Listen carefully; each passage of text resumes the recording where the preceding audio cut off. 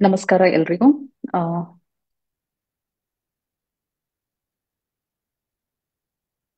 ಇವತ್ತು ನಾವು ಒಂದು ತುಂಬಾ ಮುಖ್ಯವಾದ ವಿಚಾರದ ಬಗ್ಗೆ ಆ ಮಾತನಾಡ್ಬೇಕು ಮಾತನಾಡ್ಲೇಬೇಕಾಗಿದೆ. ಇದು ಬರೀ ಒಬ್ಬರ ಇಬ್ಬರ ವಿಷಯ ಅಲ್ಲ. ಬದಲಿಗೆ ಇಡೀ ರಾಜ್ಯದ ಹಾಗೂ ಇಡೀ ದಕ್ಷಿಣ ಭಾರತದ ಜನರ ಮೇಲೆ ಒಂದು ಇಂಪ್ಯಾಕ್ಟ್ ಆಗುವಂತಹ ವಿಚಾರ. ಆ ಇದೇನಂತ ಹೇಳಿದ್ರೆ ಕ್ಷೇತ್ರ ಮರು ವಿಂಗಡಣೆಯ ವಿಚಾರ. ಇದರ ಬಗ್ಗೆ ಇವತ್ತು ಆ, ನಾವು ಜಾಗೃತ ಕರ್ನಾಟಕ ಅನ್ನುವ ಸಂಘಟನೆ, ರಾಜಕೀಯ ಸಂಘಟನೆ, ಇದರ ಬಗ್ಗೆ ಆ ತಮ್ಮ ಅಧಿಕೃತ ನಿಲುವು ಏನು ಅನ್ನೋದನ್ನ ಒಂದು ಕರಪತ್ರದ ಮೂಲಕ ಆ ಹೇಳ್ತಾ ಇದ್ದಾರೆ. ಸೊ ಈ ಕರಪತ್ರದಲ್ಲಿ ನಾವು ಏನ್ ಹೇಳ್ತಾ ಇದ್ದೇವೆ ಅನ್ನೋದ್ರ ನಮ್ಮ ಅಧಿಕೃತ ನಿಲುವು ಏನು ಅನ್ನೋದನ್ನ ಆ ನಾವಿವಾಗ ನಿಮ್ಮ ಮುಂದೆ ಇಡ್ಲಿದ್ದೇವೆ. ಭಾರತ ಒಂದು ಒಕ್ಕೂಟ ರಾಷ್ಟ್ರ. ಆ ನಮ್ಮ ಸಂವಿಧಾನ ಈ ದೇಶದಲ್ಲಿ ರೂಪುಗೊಂಡಾಗ ಎಲ್ಲಾ ರಾಜ್ಯಗಳು ಕೂಡ ಅವರದ್ದೇ ಆದಂತಹ ಒಂದು ಅಸ್ಮಿತೆ, ಅಸ್ತಿತ್ವ, ತಮ್ಮದೇ ಸಂಸ್ಕೃತಿ, ಭಾಷೆಗಳನ್ನ ಉಳಿಸಿ ಬೆಳೆಸಿಕೊಂಡು ಹೋಗ್ಬೇಕು ಅನ್ನುವ ಒಂದು ಲಿಖಿತ ಒಪ್ಪಂದದೊಂದಿಗೆ ಶುರುವಾದಂತಹ ರಾಷ್ಟ್ರ ಇದು.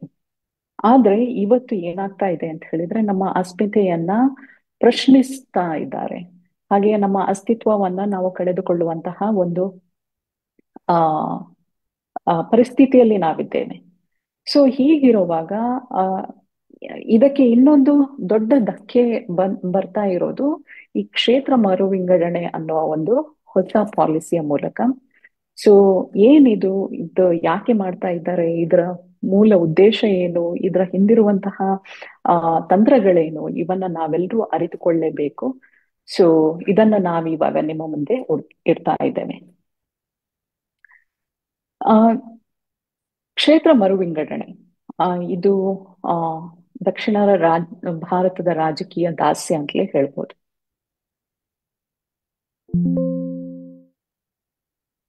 ಕೇಂದ್ರದ ಬಿಜೆಪಿ ಸರ್ಕಾರ ದೇಶದ ಈಗಿನ ಜನಸಂಖ್ಯೆಗೆ ಅನುಗುಣವಾಗಿ ವಿವಿಧ ರಾಜ್ಯಗಳಲ್ಲಿ ಇರುವಂತಹ ಲೋಕಸಭಾ ಸ್ಥಾನಗಳನ್ನ ಪುನರ್ ವಿಂಗಡಿಸಿ ಮರು ಹಂಚಲು ಹೊರಟಿದೆ.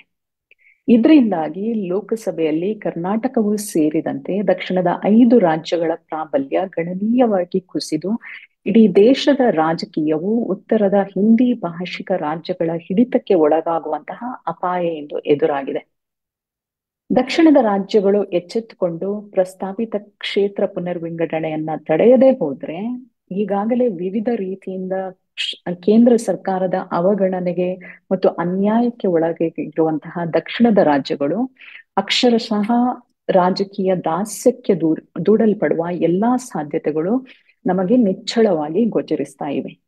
ಇಡೀ ದೇಶ ಉತ್ತರದ ಕೆಲವು ಹಿಂದಿ ಭಾಷಿಕ ರಾಜ್ಯಗಳ ನಿಯಂತ್ರಣಕ್ಕೆ ಒಳಗಾಗುವ ಅಪಾಯ ಕೂಡ ತಲೆ ತೋರಿದೆ.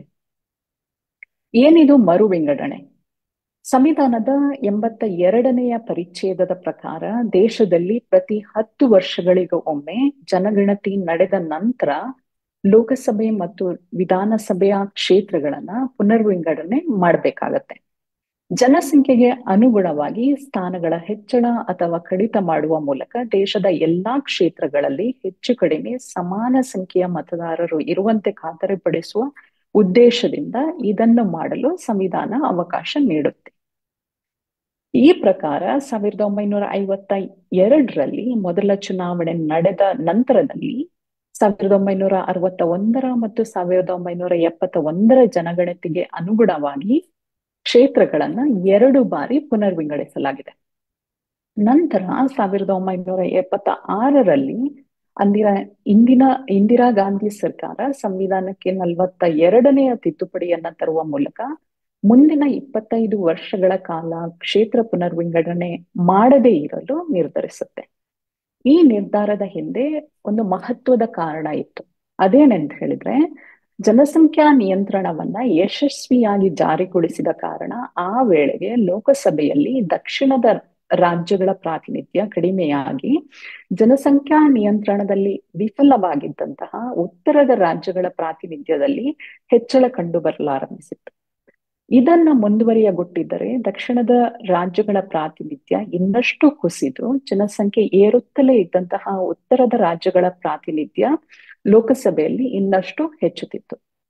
ಹಾಗಾಗಿ ಅಂದಿನ ಇಂದಿರಾ ಗಾಂಧಿ ಸರ್ಕಾರ 1971 ಜನಸಂಖ್ಯೆಯ ಆಧಾರದಲ್ಲಿ 2001 ಕ್ಷೇತ್ರಗಳ ಸಂಖ್ಯೆಯನ್ನ ಆ ಸ್ಥಗಿತಗೊಳಿಸುವ ನಿರ್ಧಾರಕ್ಕೆ ಬಂದಿತ್ತು. ಆದ್ರೆ 2001 ಕೂಡ ಪರಿಸ್ಥಿತಿ ಬದಲಾಗಿ ಇರಲಿಲ್ಲ. ಉತ್ತರದ ರಾಜ್ಯಗಳಲ್ಲಿ ದಕ್ಷಿಣದ ರಾಜ್ಯಗಳಿಗೆ ಹೋಲಿಸಿದ್ರೆ ಭಾರಿ ಪ್ರಮಾಣದಲ್ಲಿ ಜನಸಂಖ್ಯೆ ಹೆಚ್ಚುತ್ತಲೇ ಇತ್ತು.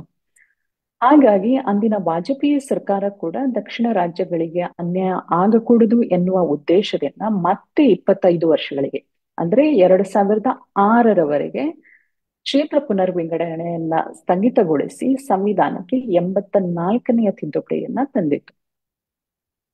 ಈ ಅವಧಿ ಮುಗಿಯಲು ಇನ್ನು 1 ವರ್ಷ ಉಳಿದಿದೆ. ಆದ್ರೆ ಈಗಲೂ ಕೂಡ ಜನಸಂಖ್ಯಾ ಸ್ಥಿತಿ ಬದಲಾಗಿಲ್ಲ. ಉತ್ತರದ ರಾಜ್ಯಗಳ ಜನಸಂಖ್ಯೆ ಕಡಿಮೆ ಆಗಿಲ್ಲ. ದಕ್ಷಿಣಕ್ಕೆ ಹೋಲಿಸಿದ್ರೆ ಉತ್ತರ ಭಾರತದಲ್ಲಿ 2 ಪಟ್ಟು ಜನಸಂಖ್ಯೆ ಇದೆ. ಕ್ಷೇತ್ರ ಪುನರ್ವಿಂಗಡಣೆ ಇವತ್ತು ನಡೆಸಿದ್ರೆ ದಕ್ಷಿಣದ ರಾಜ್ಯಗಳಿಗೆ ಲೋಕಸಭೆಯಲ್ಲಿ ಇನ್ನಷ್ಟು ಪ್ರಾತಿನಿಧ್ಯ ಕಡಿಮೆ ಆಗಲಿದೆ. ಆದ್ರೆ ಅಂದಿನ ಇಂದಿರಾ ಗಾಂಧಿ ಸರ್ಕಾರ ಮತ್ತು ಅಂದಿನ ವಾಜಪೇಯಿ ಸರ್ಕಾರ ತೋರಿದಂತಹ ರಾಜಕೀಯ ಪ್ರಬುದ್ಧತೆಯನ್ನ ತೋರುವಂತಹ ಮನಸ್ಥಿತಿ ಈಗಿನ ಮೋದಿ ಸರ್ಕಾರಕ್ಕೆ ಇಲ್ಲವೇ ಇಲ್ಲ. ಇದೀಗ 2026 ಹೊಸತಾಗಿ ಜನಗಣತಿ ನಡೆಸಿ ಅದರ ಆಧಾರದಲ್ಲಿ ವಿಧಾನಸಭೆ ಮತ್ತು ಲೋಕಸಭೆಯ ಕ್ಷೇತ್ರಗಳ ಮರು ವಿಂಗಡಣೆ ಮಾಡಲು ಹೊರಟಿದೆ. ಇಲ್ಲಿ ವಿಧಾನಸಭಾ ಸ್ಥಾನಗಳಲ್ಲಿ ಹೆಚ್ಚು ಅಥವಾ ಕಡಿಮೆ ಆದ್ರೆ ಅಥವಾ ಒಂದು ರಾಜ್ಯದ ಒಳಗೆ ವಿವಿಧ ಪ್ರಾಂತ್ಯಗಳಲ್ಲಿ ಕ್ಷೇತ್ರಗಳ ಸಂಖ್ಯೆ ಹೆಚ್ಚು ಅಥವಾ ಕಡಿಮೆ ಆದ್ರೆ ಅದರಿಂದ ಏನೂ ತೊಂದರೆ ಇಲ್ಲ.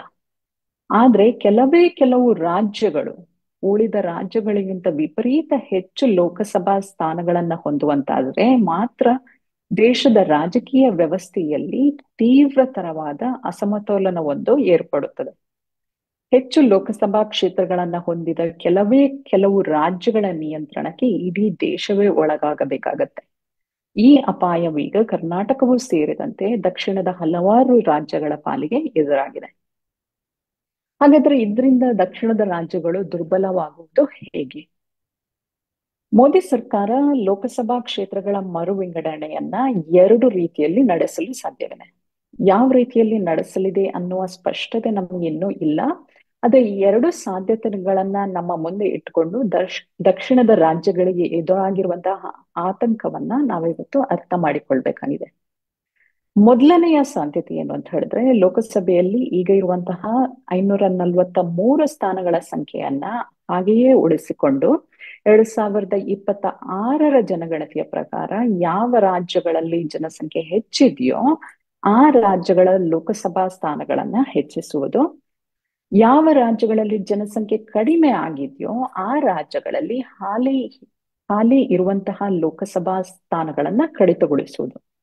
ಹೀಗೆ ಮಾಡಿದ್ರೆ ಕರ್ನಾಟಕದ ಹಾಲಿ 28 ಲೋಕಸಭಾ ಸ್ಥಾನಗಳ ಸಂಖ್ಯೆ 26ಕ್ಕೆ ಇಳಿಯಲಿದೆ.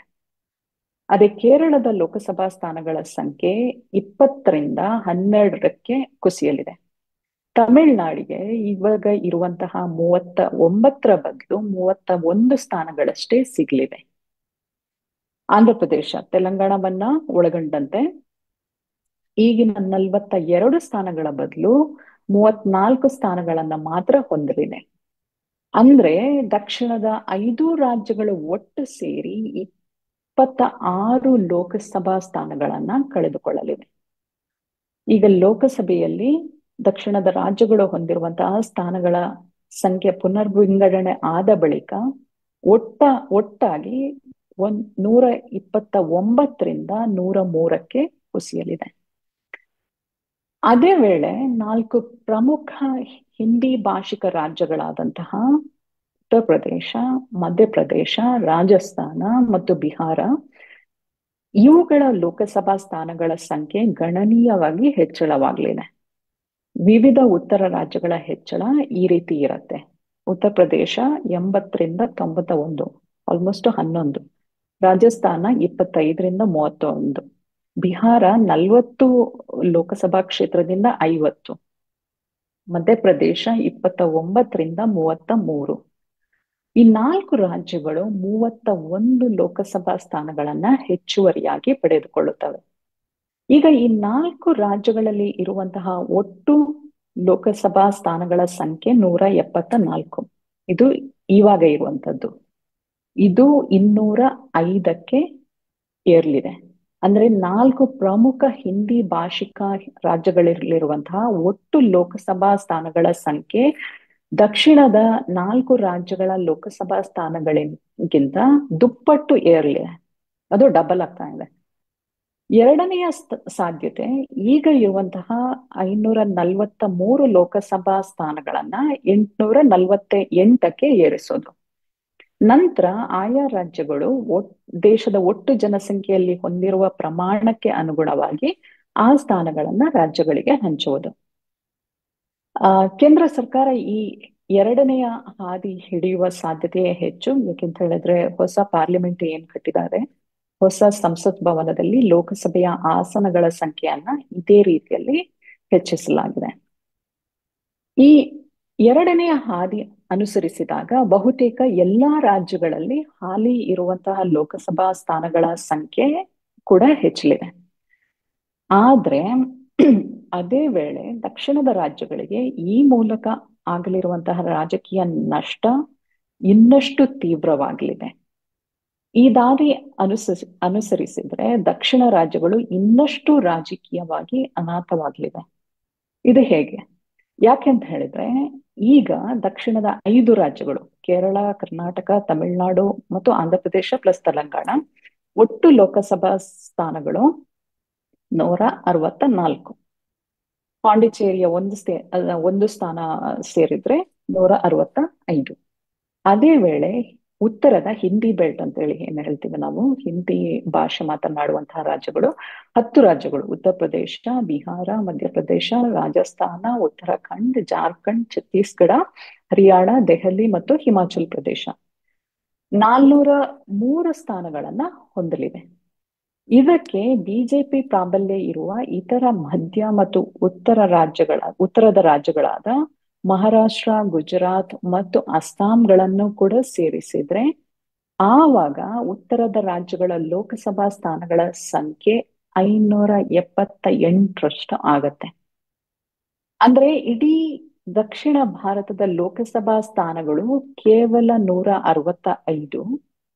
ಅದೇ ವೇಳೆ ಉತ್ತರ ಭಾರತದ ಪಂಜಾಬ್, ಪಶ್ಚಿಮ ಬಂಗಾಳ, ಒರಿಸ್ಸಾ ಮತ್ತು ಸಣ್ಣ ಈಶಾನ್ಯ ರಾಜ್ಯಗಳು, ನಾರ್ತ್ ಈಸ್ಟರ್ನ್ ಸ್ಟೇಟ್ಸ್ ಹೊರತುಪಡಿಸಿ ಲೋಕಸಭಾ ಸ್ಥಾನಗಳು 578.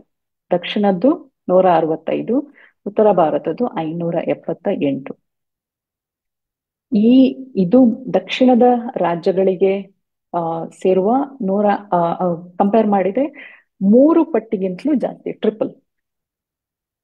2 ವಿಧಾನಗಳಲ್ಲಿ ಯಾವುದನ್ನು ಅಳವಡಿಸಿಕೊಂಡ್ರೂ ಕೂಡ ಲೋಕಸಭೆಯಲ್ಲಿ ದಕ್ಷಿಣದ ಪಾಲು 24% 19%ಕ್ಕೆ ಕುಸಿಯಲಿದೆ.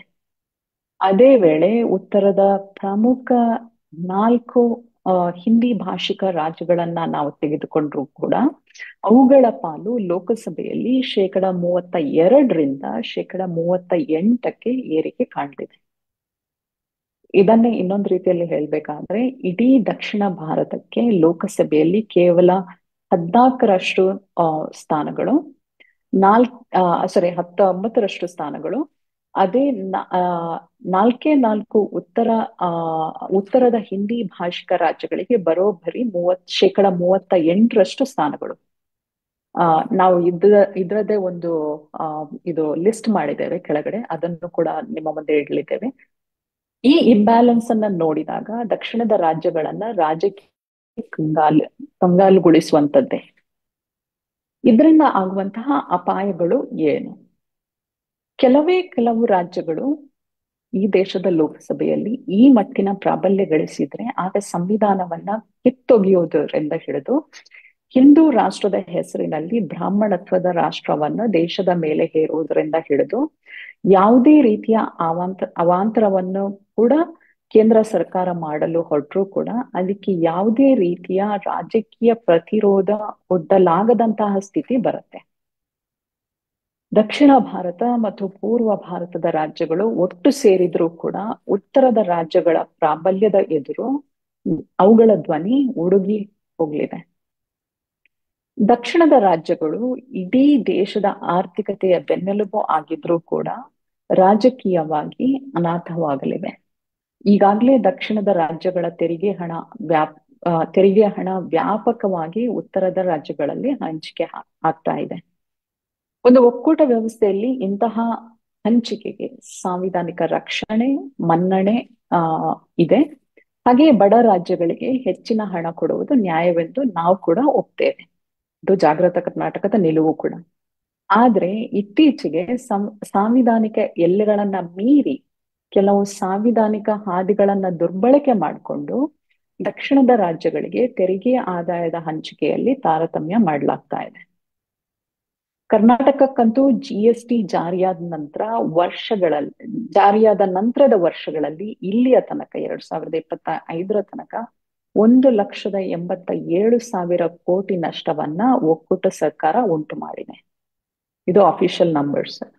ದೆಹಲಿಯಲ್ಲಿ ತಯಾರಾದಂತಹ ಶಿಕ್ಷಣ ನೀತಿಯನ್ನ ಬಾಯಿ ಮುಚ್ಚಿ ಅನುಷ್ಠಾನ ಮಾಡದೆ ಹೋದ ರಾಜ್ಯಗಳಿಗೆ ಇವತ್ತು ಕೇಂದ್ರ ಸರ್ಕಾರದ ಶೈಕ್ಷಣಿಕ ನೆರವು ಕೂಡ ಸಿಗ್ತಾ ಇಲ್ಲ. ಕೇಂದ್ರ ಸರ್ಕಾರ ಶೈಕ್ಷಣಿಕ ನೆರವು ನೀಡುವುದಿಲ್ಲ ಅಂತ ಹೇಳ್ಕೊಂಡು ಬ್ಲಾಕ್ ಮೇಲ್ ಕೂಡ ಮಾಡ್ತಾ ಇದೆ. ತಮಿಳುನಾಡು ಇದಕ್ಕೊಂದು ನಿದರ್ಶನ. ಪರೋಕ್ಷವಾಗಿ ಈ ರೀತಿಯಲ್ಲಿ ಹಿಂದಿ ಹೇರಿಕೆ ನಮ್ಮ ಮೇಲೆ ನಡೀತಾ ಇದೆ. ದಕ್ಷಿಣ ಭಾರತದಲ್ಲಿ ಇರುವಂತಹ ವಿವಿಧ ಬಿಜೆಪಿಯೇತರ ಪಕ್ಷಗಳ ನಾಯಕರುಗಳನ್ನ ವಿವಿಧ ರೀತಿಯ ತನಿಖಾ ಸಂಸ್ಥೆಗಳನ್ನ ಬಳಸಿಕೊಂಡು ದುರ್ಬಲಗೊಳಿಸುವಂತಹ ಒಂದು ಹುನ್ನಾರ ಕೂಡ ನಡೀತಾ ಇದೆ. ಎಲ್ಲದಕ್ಕಿಂತ ಮುಖ್ಯವಾಗಿ ಯಾವುದೇ ಒಂದು ಅಥವಾ ಕೆಲವು ರಾಜ್ಯಗಳು ಕೇಂದ್ರ ಸರ್ಕಾರದ ಮೇಲೆ ಸಂಪೂರ್ಣ ಪ್ರಾಬಲ್ಯ ಹೊಂದುವ ಸ್ಥಿತಿ ನಿರ್ಮಾಣ ಆಗಬಾರದು ಎನ್ನುವುದು ಭಾರತದ ಒಕ್ಕೂಟ ವ್ಯವಸ್ಥೆಯ ಅಲಿಖಿತ ಒಪ್ಪಂದ. ಇದನ್ನೇ ನಾವು ಸಂವಿಧಾನ ರೂಪುಗೊಂಡಾಗ ಕೂಡ ಒಪ್ಪಿಕೊಂಡಿದ್ದು. ನಮ್ಮ ಹಿರಿಯರು, ಈ ದೇಶದ ಫೌಂಡರ್ಸ್ ಕೂಡ ಒಪ್ಪಿಕೊಂಡಿದ್ದು. ಈ ಒಪ್ಪಂದವನ್ನ ನಾವು ಕಡೆಗಣಿಸಿದ್ರೆ ಉಂಟಾಗುವ ಅಸಮತೋಲನದಿಂದಾಗಿ ಕರ್ನಾಟಕವೂ ಸೇರಿದಂತೆ ದಕ್ಷಿಣದ ರಾಜ್ಯಗಳು ರಾಜಕೀಯವಾಗಿ ಕಳೆದುಕೊಳ್ಳುತ್ತವೆ. ಅದು ವಿವಿಧ ರೀತಿಯ ಸಂಘರ್ಷಗಳಿಗೆ ಕೂಡ ಕಾರಣವಾಗುತ್ತೆ. ಭಾರತ ಒಂದು ದೇಶವಾಗಿ ಉಳಿಯಲಾಗದ ದುಸ್ಥಿತಿ ಕೂಡ ಬಂದು ಒದಗಬಹುದು. ನಮ್ಮ ಸ್ವಾತಂತ್ರ್ಯ ಹೋರಾಟಗಾರರು ಅಪಾರ ತ್ಯಾಗ ಬಲಿದಾನಗಳ ಮೂಲಕ ನಿರ್ಮಿಸಿದ ಈ ದೇಶವನ್ನ ಉಳಿಸಿಕೊಂಡು ಬೆಳೆಸಿಕೊಂಡು ಹೋಗುವಂತಹ ಜವಾಬ್ದಾರಿ ನಮ್ಮೆಲ್ಲರ ಮೇಲೆ ಇದೆ. ಹಾಗಾಗಿ ನಾವು ಈ ಕ್ಷೇತ್ರ ಮರು ವಿಂಗಡಣೆಯನ್ನ ವಿರೋಧಿಸಲೇಬೇಕು. ಬನ್ನಿ ಈ ಕ್ಷೇತ್ರ ಮರು ವಿಂಗಡಣೆಯನ್ನ ವಿರೋಧಿಸೋಣ. ಲೋಕಸಭಾ ಸ್ಥಾನಗಳ ಸಂಖ್ಯೆ ಮತ್ತು ಅವುಗಳ ರಾಜ್ಯವಾರು ಹಂಚಿಕೆ ಈಗಿರುವ ಪ್ರಮಾಣದಲ್ಲೇ ಮುಂದುವರಿಯಬೇಕು. ಇವಾಗ ಏನಿದೆ ಅದೇ ಮುಂದುವರಿಬೇಕು ಎಂದು ನಾವು ಪ್ರಬಲವಾಗಿ ಆಗ್ರಹಿಸಲೇಬೇಕು. ಈಗಾಗಲೇ ನಡೆಯುತ್ತಿರುವಂತಹ ಹಿಂದಿ ಭಾಷಾ ಹೇರಿಕೆ ವಿರೋಧಿ ಅಭಿಯಾನ ಮತ್ತು ನಮ್ಮ ತೆರಿಗೆ ಹಕ್ಕಿನ ಹೋರಾಟದ ಜೊತೆಗೆ ಇದನ್ನು ಕೂಡ ನಾವು ಪ್ರಧಾನವಾಗಿ ಕೈಗೆತ್ತಿಕೊಳ್ಳಲೇಬೇಕು. ಅಂತಹ ಅಗತ್ಯ ಇಡೀ ಕರ್ನಾಟಕಕ್ಕಿದೆ, ಇಡೀ ದಕ್ಷಿಣ ಭಾರತದ ರಾಜ್ಯಗಳಿಗೆ ಇದೆ. ಸೊ ಇಲ್ಲಿ ನಾವು ನೋಡಬಹುದು, ಕ್ಷೇತ್ರ ಪುನಾರಚನೆಯ ನಂತರ ಲೋಕಸಭಾ ಸ್ಥಾನಗಳಲ್ಲಿ ಆಗುವಂತಹ ವ್ಯತ್ಯಯದ ಸಾಧ್ಯತೆ ಇಲ್ಲಿ ಹೋಲಿಕೆ ಕೂಡ ನಾವು ಮಾಡಿದ್ದೇವೆ. ಹಿಂದಿ ಭಾಷಿಕ ರಾಜ್ಯಗಳ ಜೊತೆ ಹೋಲಿಸಿದ್ರೆ ಉತ್ತರ ಪ್ರದೇಶ 80ರಿಂದ 91, ಮಧ್ಯಪ್ರದೇಶ 29ರಿಂದ 33, ಬಿಹಾರ 40ರಿಂದ 50, ರಾಜಸ್ಥಾನ 25ರಿಂದ 31. ಇದು 2026 ಜನಸಂಖ್ಯೆಯ ಪ್ರಕಾರ. ಈಗಿರುವಂತಹ ಕಾನ್ಸ್ಟಿಟ್ಯೂಯೆನ್ಸಿ ನಂಬರ್ಸ್ ಮುಂದುವರೆದ್ರೆ, ಅದೇ ಒಂದು ವೇಳೆ ಈ ನಂಬರ್ಸ್ ಜಾಸ್ತಿ ಆದ್ರೆ 848 ಆದ್ರೆ ಅವರ ಒಟ್ಟು ಕ್ಷೇತ್ರ ಎಷ್ಟಾಗತ್ತೆ? 80ರಿಂದ 143, 29ರಿಂದ 52, ಆಲ್ಮೋಸ್ಟ್ 164. ಅದು ದಕ್ಷಿಣದ ರಾಜ್ಯಗಳು ಬರೀ 129 ಏನಿದೆ ಇವಾಗ ಅದಕ್ಕಿಂತ ಜಾಸ್ತಿ ಆಗತ್ತೆ. ಸೊ ಇದನ್ನ ನಾವು ವಿರೋಧಿಸ್ಲೇಬೇಕು. ಇದಕ್ಕೆ ನಿಮ್ಮೆಲ್ಲರ ಆ, ಆ, ಸಹಕಾರ ಕೂಡ ಬೇಕು. ಇದು ಒಬ್ರ ಇಬ್ಬರ ಕರ್ತವ್ಯ ಅಲ್ಲ, ಜವಾಬ್ದಾರಿ ಅಲ್ಲ, ಇಡೀ ರಾಜ್ಯದ ಜನತೆ ಕೂಡ ಇದನ್ನ ಮಾಡ್ಲೇಬೇಕು. ಇಲ್ಲದಿದ್ರೆ ನಮ್ಮ ರಾಜ್ಯಗಳಿಗಿರುವಂತಹ ಸ್ವಾಯತ್ತತೆ, ಧ್ವನಿ ಆ ನಾವೇ ಕಳೆದುಕೊಂಡ ಹಾಗೆ. ಸೊ ದಯವಿಟ್ಟು ಇದನ್ನ ಎಲ್ರೂ ಕೂಡ ಆ ಬಹಳ ಆ, ಗಮನವಿಟ್ಟು ನೋಡಿ, ಹಾಗೆ ಇದರ ಬಗ್ಗೆ ಜಾಸ್ತಿ ಮಾತಾಡಿ ಇದನ್ನ ವಿರೋಧಿಸಿ, ಇಷ್ಟು ಹೇಳಿ ನಮ್ಮ ಈ ಕರಪತ್ರವನ್ನ ನಿಮ್ಮ ಮುಂದೆ ಇಟ್ಟಿದ್ದೇವೆ. ಧನ್ಯವಾದಗಳು.